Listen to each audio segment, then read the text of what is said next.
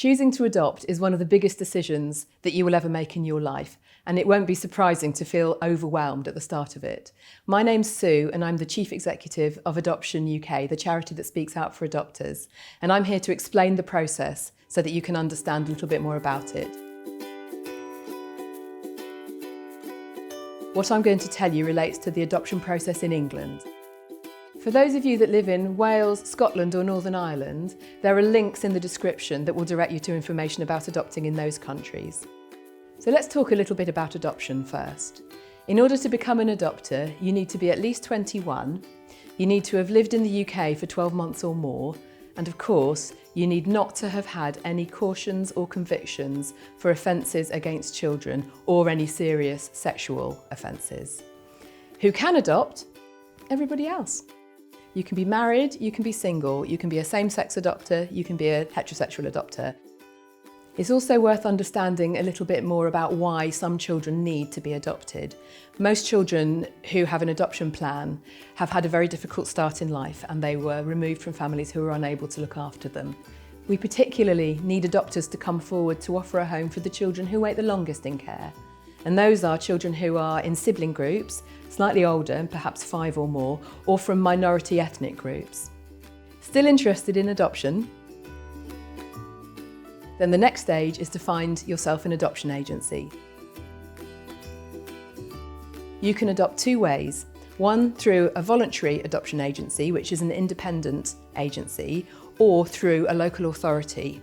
It's worth knowing that local authorities are gradually moving into what are called regional adoption agencies, so you might see that name as well.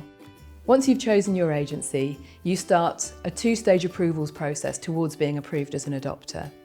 The overall process should take around 6 months. In stage 1, which takes about 2 months, the agency staff will work with you to explore your family and your background, do a medical assessment to make sure that you're fit to parent, and also undertake a criminal records check. The agency will work with you to explore which kinds of children you could provide a home for and any limitations on your part or preferences that you may have. You'll also need to provide 3 referees who can vouch for you. Some prospective adopters do find this to be a very intrusive process, and that's because it is.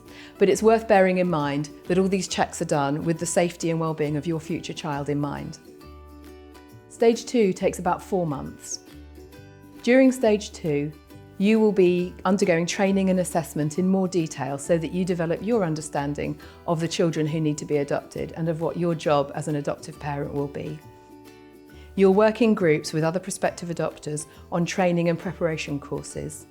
You'll also have home visits by social workers who will come into your home, spend more time talking to you and understanding your approach to adoption, and also assess your home. At the end of stage 2, all your information will be compiled into a prospective adopter report. This is the report that goes forward to the adoption panel to make a decision on whether you should be approved to become an adopter.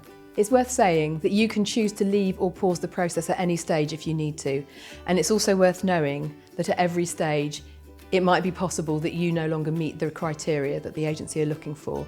It's unlikely, but it's worth knowing. Being approved to become an adopter is a red letter day in the lives of most prospective adopters. And once that's done, you can move on to the process of matching with your future child. There are 2 ways of being matched with a child. One is foster to adopt, where a child who is likely to need to be adopted in the future, often a very young child, is placed with you as a foster carer first of all, and you look after the child while they go through the final stage of their plan to adopt. Once the child has a plan to adopt, at that point, your placement becomes an adoptive placement. In a foster to adopt placement, the advantage is that the child has fewer moves and less disruption and trauma.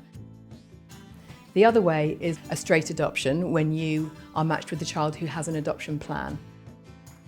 Once the child has their adoption plan in place, you'll become their adoptive parent. During the matching process, the child needs to be protected from all the uncertainty that a potential move might bring, and therefore you're very unlikely to meet your prospective child.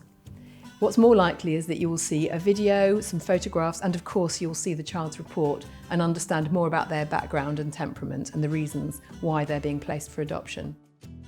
You have the right to decline any match that doesn't feel right to you, and of course that is what you should do. But when everybody has agreed that a match has been found, The proposal will go to a matching panel run by your agency, and they will make the final decision on whether that child should be placed with you as their parents.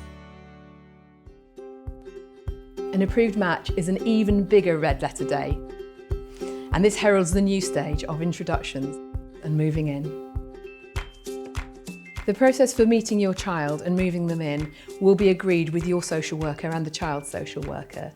In general, you won't just meet them and take them home. You'll undergo a process working with the child's foster carer of getting to know them and allowing them to get to know you. With a younger child, you might give them a blanket that you've slept with or a cuddly toy to keep in their beds to familiarise them with your smell. With an older child, you might provide them with a photo album or a video introducing them to you and your family and home. You'll visit them in their foster placement and gradually get to know them, and reciprocal visits may be arranged, building up to an overnight stay before finally they move into your home as your child. But even though the child is now living with you, the adoption process isn't yet complete. After a minimum of 10 weeks, you will apply through the courts for an adoption order with the help of your social worker. The judge will review the child's placement history and make a decision on whether to approve you, finally, as that child's parents. At that point, all parental responsibility passes to you, and you are no legally different than if you had given birth to the child. So now you're an adoptive family. And of course, this is where the fun and games really begin.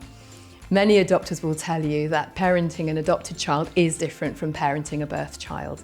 These are children who have gone through trauma, and you are at least their second family.